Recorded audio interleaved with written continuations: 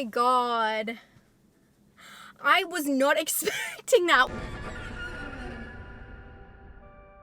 Hello friends, I'm so excited. I'm about to go see Sinners. This film was meant to come out earlier in America, I believe in February, and then they changed it. So if you're American, your release date is the same as mine now, which I had to wait till April anyway. So I'm really excited that we all get to see it at the same time so we can talk about it online. That is my favorite thing when we get global releases. I know it's probably not everywhere, but when majority of countries get things at the same time. I hate being left out, so I'm very excited to be in this conversation today. Sinners is both written and directed by Ryan Coogler, and it's a supernatural action horror starring Michael B. Jordan as a twin. In this film, him and his brother, his twin, they return to their hometown, leaving behind their troubled lives to start again, only to discover a greater evil is waiting for them.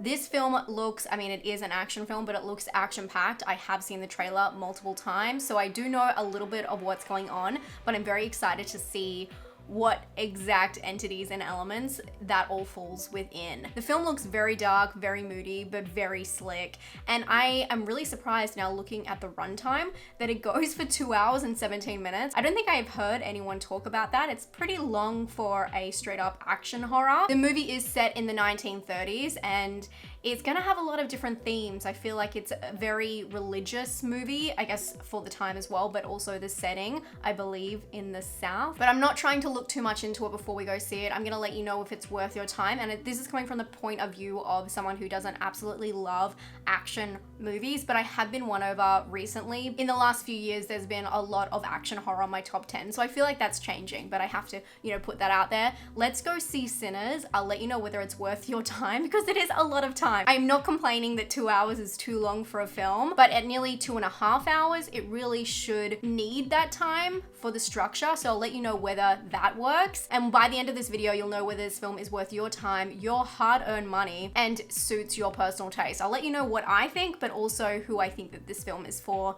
You'll know by the end of this video. Let's go see Sinners. I'm excited.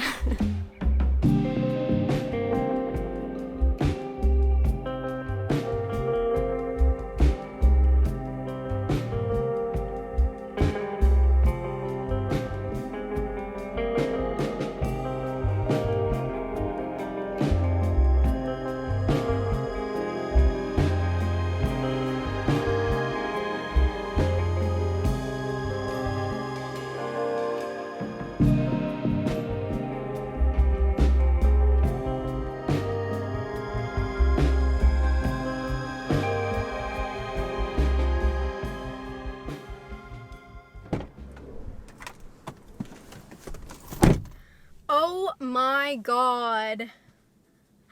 That was amazing. I was not expecting that, which is so crazy because I've seen a lot of people say a lot of good things about this film, but I was not expecting that, especially because I had seen the trailer. So I can say, if you've seen the trailer, they do spoil some good parts, but there's so much in that film that I didn't even understand the structure and the way it was going to be an actual epic. And I mean that in the sense of an epic story, like the actual definition, not just amazing or great. That film, Sinners, blew me away. What I really love about this setup and structure is it's set across one night, which I did not know, and it follows these brothers who come back into this small Mississippi town. I was wondering where in the South it was at the start. It's Mississippi in the 30s. They go back into this town and they start gathering up people from their past to put together this club. It's like a blues club, trying to make money, trying to get the old gang back together in various ways. But their reputation precedes them.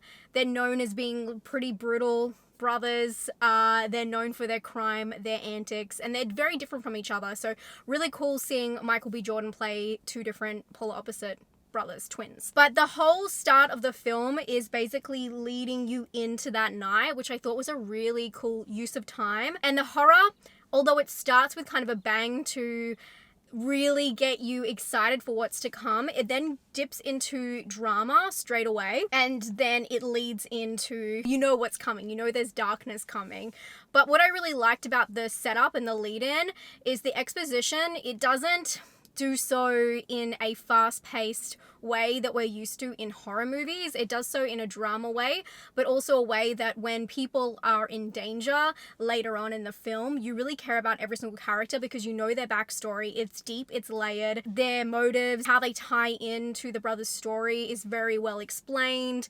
So it is a deep story that has so many layers, and the character layers are immense. It's really well constructed and thought out, and there's lots to explore within each character, but it makes you really care about each character, and I honestly loved so many of them. I couldn't pick a favorite. It was just a fantastic performance, and it goes so much deeper than horror. It has a lot to say, especially about the time, but the biggest theme of the film is music, which I don't think it came across in the trailer, or at least not to the extent that the film talks about it and describes it. And there's some really unique and well-constructed sequences that really pours this heart and soul into this film. You can tell there's so much love in it that you will feel a lot emotionally. I wasn't expecting any of that. I really wasn't. I knew it was going to be a horror movie, and I knew the kind of influences behind that. I did mention some earlier in this video, but I think I'm going to cut them out just in case there's any spoilers. And I knew the themes that they were going to tackle, but I didn't understand the approach that it was going to be. It's such an epic film, and has such depth to its characters. So beautiful, and it says so much to do with music, the origin of blues and the roots of black music. It's so well wrapped up into this story that becomes something so much bigger than just this one night. And the way they're able to capture that throughout just the story, we haven't even talked about the other aspects. Let's talk about the cinematography, because it was perhaps my favorite part. I did talk about a sequence that comes up kind of in the middle of it. I really want you guys to discover that. I know that as soon as you'll see it, you'll know what it is. It's really fun the way they play with the idea of time and passage of time and history of music. But you guys know me, I was all for the color grading of this film, and set in the Mississippi sun, like beaming down on you. It was such an interesting contrast of like these gritty, dark moments. Everything's in shadow, and especially later in the film when it's at night, you can hardly see people's eyes in the dark outside. But it's such a contrast to the day, because the film starts kind of in the day, and as we're picking up different characters and learning about them along the way, it's the sun that's beaming down onto them, but then there's so much gritty texture. It's got high contrast and those jewel tones. It just is beautiful. I guess, you know, set in the 30s as well, they really represent that. It's not super vibrant, but it's just gritty, which I really, really enjoyed.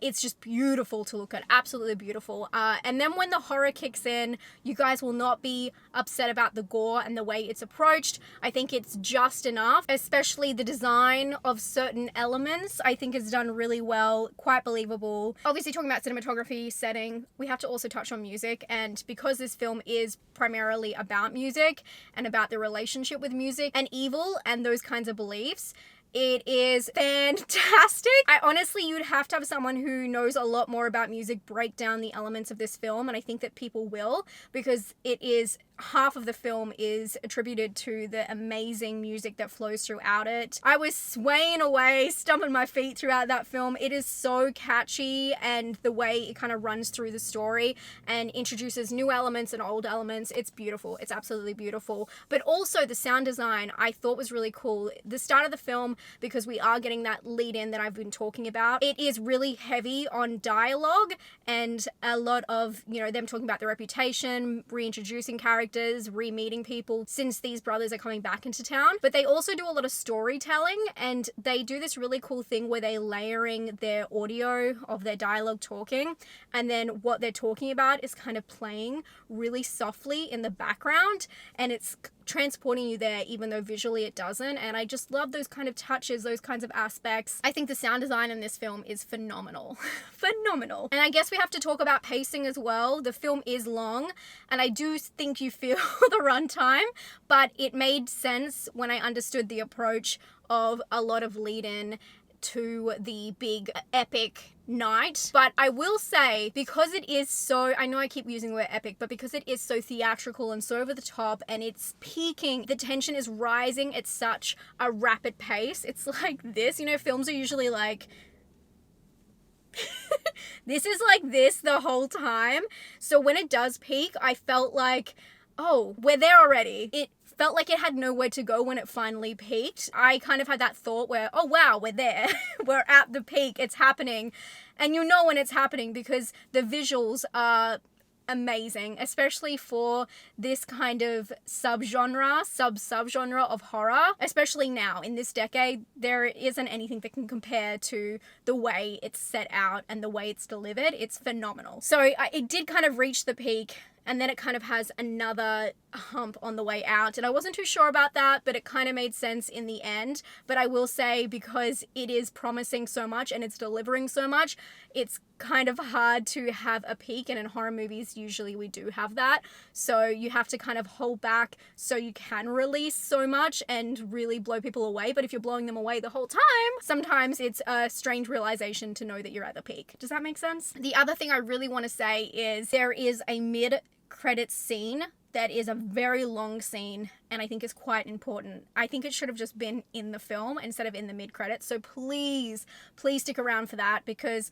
my emotions were going crazy in the entire film, but that part, I literally started crying. So please stick around for that. Anyway, I was expecting this movie to be, you saw the opening, a supernatural horror, and what it ended up being for me was a theatrical drama epic that has horror elements, and it really does deliver on those horror elements. More so than a lot of straight up horror movies, it really bides its time, builds the tension, and builds its characters, and it is such a beautiful story that really expands past just that one night and says so much. So this is for people who like to see heavy dialogue movies with layered characters and layered stories and build intention to really epic finales.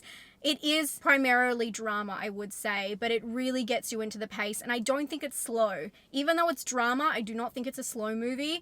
I think it builds it really well, and it's unlike a lot of things I've seen. It really marries the two genres of drama and horror in a completely different sense. I was expecting it to be more of an action, and although it definitely has those parts, I would not say it's an action horror like I said when I started the video, when I thought otherwise. But if you're into the history of blues music and you like movies that involve those aspects, you'll love this movie. You'll absolutely adore it. Especially if you like anything that is set in the 30s for horror, like you're sold. You can't really go wrong. I really enjoyed this movie. I'm gonna give it a 9 out of 10. I'm really blown away. It was so, I know I'm gonna say it one more time, it was so epic. It really was. For originality, it really stays true to its subgenre, but gives you a whole different approach, or just a masterful approach. I don't think anything in here is groundbreaking in terms of the story itself, like written on paper, the blurb, but the way it's approached is what I really enjoyed. It was really given a lot of care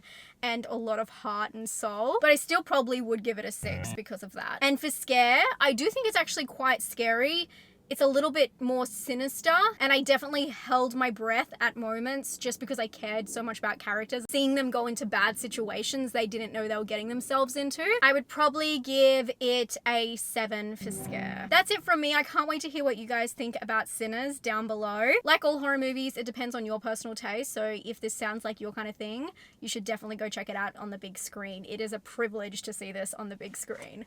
I hope you're having a fantastic day. Don't forget, I covered The Ugly Stepsister, a horrific Norwegian gem, and I've also done a video on the most disturbing horror scenes. It's a whole iceberg if you'd like to sit down with me for that. Don't forget to subscribe if you like horror movies and if you like disturbing movies, and I'll talk to you all very soon. Stay safe and stay spooky. Bye, friends.